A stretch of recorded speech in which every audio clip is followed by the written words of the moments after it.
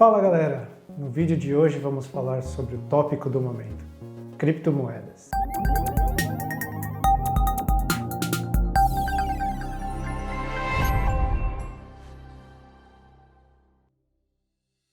E como sempre, antes da gente pular de cabeça no tema de hoje, vamos entender a diferença entre moedas digitais e criptomoedas.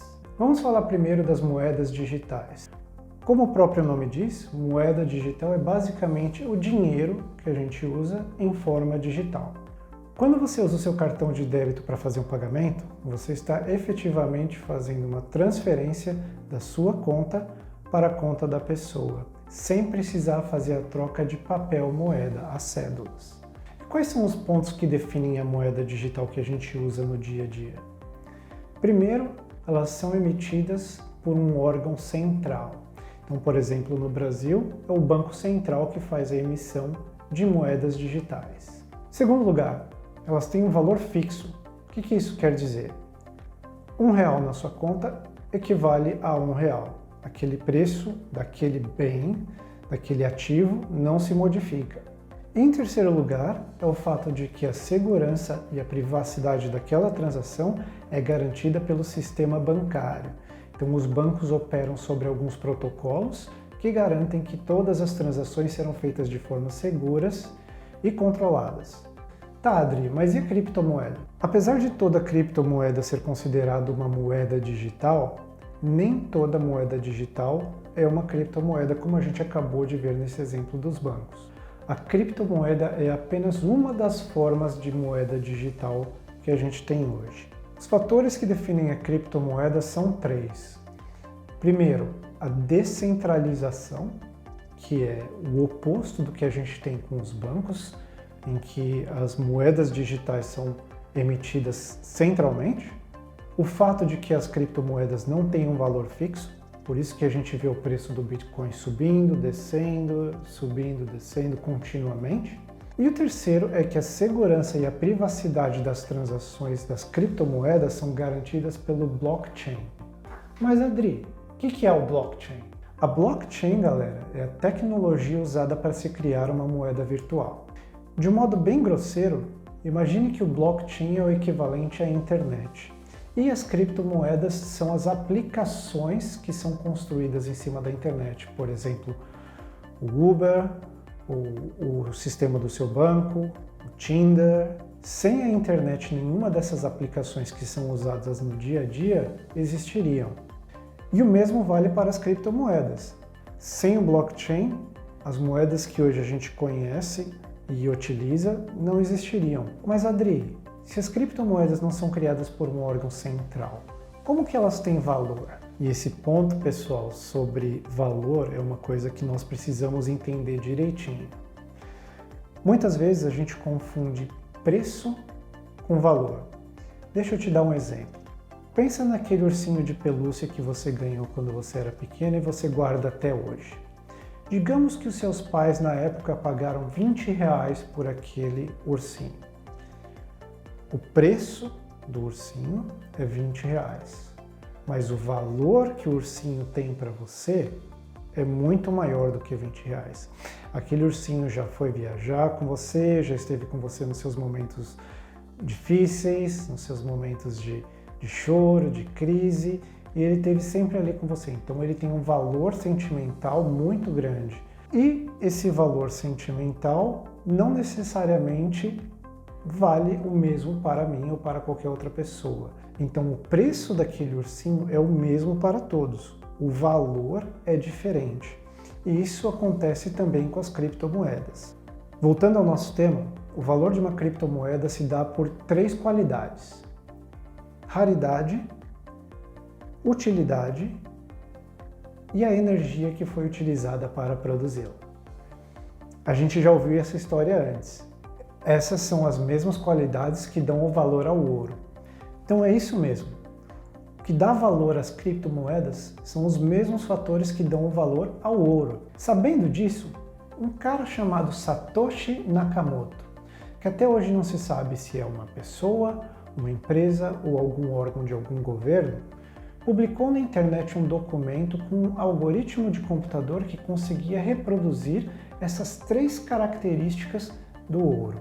Até então, nenhum algoritmo tinha conseguido resolver esses problemas de uma só vez. O paper que o Satoshi Nakamoto lançou se chamava Bitcoin, a Peer-to-Peer Electronic Cash System.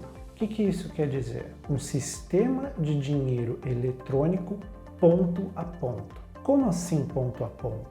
Nesse paper, Satoshi Nakamoto conseguiu eliminar um dos maiores problemas que temos hoje com o nosso sistema financeiro: o intermediário. Basicamente, o protocolo que ele criou era uma ferramenta para que eu transferisse valor diretamente da minha conta para a conta de uma terceira pessoa. Quando o Bitcoin começou, existiam apenas algumas pessoas utilizando aquela rede. E, claro, naturalmente, o preço do Bitcoin não valia o que ele vale hoje.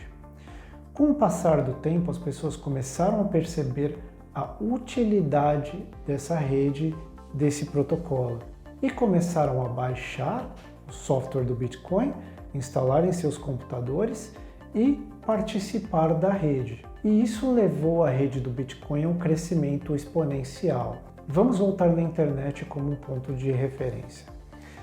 Inicialmente, a internet era utilizada em meios militares para troca de informações.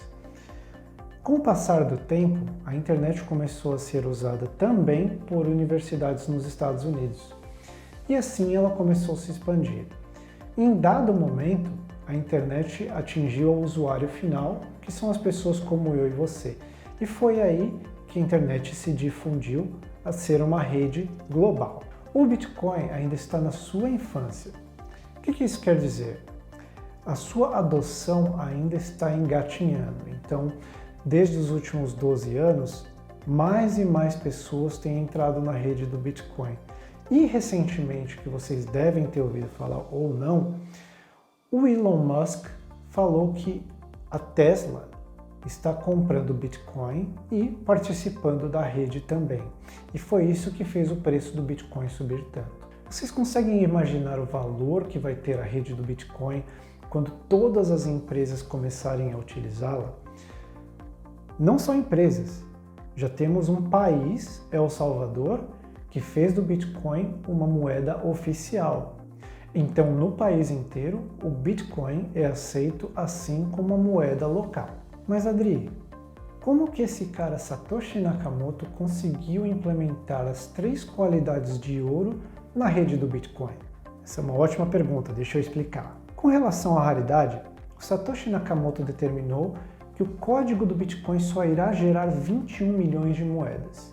Então, assim que todas as moedas tiverem sido mineradas, só existirão 21 milhões de moedas. Aí você se pergunta, mas se isso é código de computador, o que impede alguém de mudar esse código e criar 30 milhões de Bitcoin? E aí que está o pulo do gato. Como o código do Bitcoin está sendo utilizado por milhares de computadores no mundo, para você fazer essa mudança, você teria que fazer a mudança no código de todos esses computadores ao mesmo tempo. Então, quando o Bitcoin ainda era usado por 2, 3, 5 pessoas, isso era possível, mas não foi isso que aconteceu. E o Bitcoin começou a crescer, ser difundido e hoje é utilizado por milhares de pessoas no mundo, o que impede que o código seja modificado. Com relação à sua utilidade, se eu perguntasse para você, você precisa transferir o valor de uma barra de ouro daqui para o Japão. Pensa no processo que isso levaria. Em primeiro lugar, você iria ter que encontrar alguém que transportasse essa barra de ouro para você. Bem, primeiro de tudo, você precisa encontrar um mecanismo para proteger essa barra de ouro durante o seu armazenamento e o seu transporte para o usuário final. Segundo, na melhor das hipóteses, se essa barra de ouro sair aí do Brasil neste momento, ela vai levar no mínimo 24 horas para chegar no Japão. E terceiro, imagine o custo de toda essa operação. Agora imagine que você tem a possibilidade de enviar o valor daquela barra de ouro para o outro lado do mundo de uma forma segura e pagando alguns dólares pela transação. Esse é o valor que a rede do Bitcoin fornece hoje. Nós somos capazes de transmitir valor, que é o valor do Bitcoin, de um lado ao outro do planeta em questões de minutos, por uma taxa ínfima. Agora imagine que você consiga transferir o valor dessa barra de ouro para o outro lado do mundo, em questões de minutos, de uma forma segura. É isso que a rede do Bitcoin faz hoje. Quando a gente começa a estudar um pouco mais sobre o Bitcoin, a gente consegue visualizar na sua rede transferências de bilhões de dólares sendo efetuadas em questões de minutos e custando $50. Isso não existe no sistema financeiro hoje. Então, o Bitcoin está resolvendo um grande problema mundial, que é a transmissão de valor sem a necessidade de se passar por um banco. E a última qualidade do ouro que o Bitcoin consegue reproduzir é o esforço usado para produzi-lo. Vocês já devem ter ouvido falar que o Bitcoin precisa ser minerado, assim como o ouro. Mas como que isso funciona? Mas diferente do ouro, a mineração do Bitcoin não é feita se escavando a terra. Para minerar Bitcoin, você precisa de duas coisas: computadores e energia elétrica. O código que o Satoshi Nakamoto criou, que é basicamente a tecnologia Bitcoin, funciona de maneira simples, mais ou menos assim. O código lança um desafio matemático para todos os computadores na rede do Bitcoin a cada 10 minutos. Quem conseguir resolver aquele código é pago em Bitcoin. No momento, o valor sendo pago para se resolver esse problema matemático é de 6,25 Bitcoin. Então a gente está falando de mais ou menos 1,2 milhões de reais a cada 10 minutos sendo pago para os computadores que participam dessa rede. E é aí que entram os mineradores. Os mineradores, na verdade, são sistemas de dezenas e milhares de computadores colocados numa rede. E o que esse pagamento estimula os participantes da rede do Bitcoin a fazer? Comprar mais computadores e utilizar mais energia.